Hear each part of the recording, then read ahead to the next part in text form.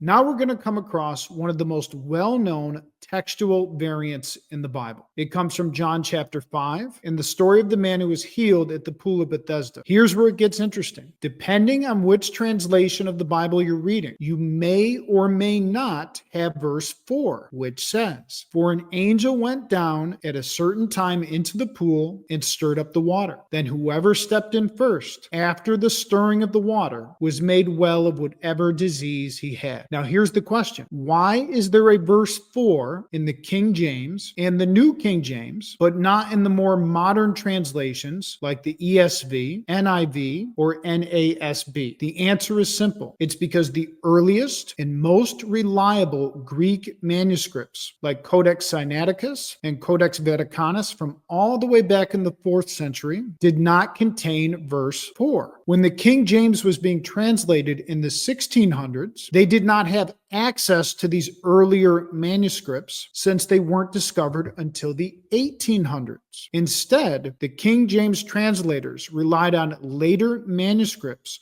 from the 12th to 15th centuries that did contain verse 4. So where did verse 4 come from? Scholars believe that verse 4 was likely a marginal note that a scribe inserted into the text to explain why people were waiting by the pool. Because verse 7 says, "Sir, I have no one to put me in the pool when the water is stirred up." Without verse 4, readers might wonder what or who was stirring the water. So again, what likely happened is that early scribes who were familiar with Jewish traditions added a marginal note about the belief that an angel was stirring the pool. And that marginal note was later copied into the main body of the text.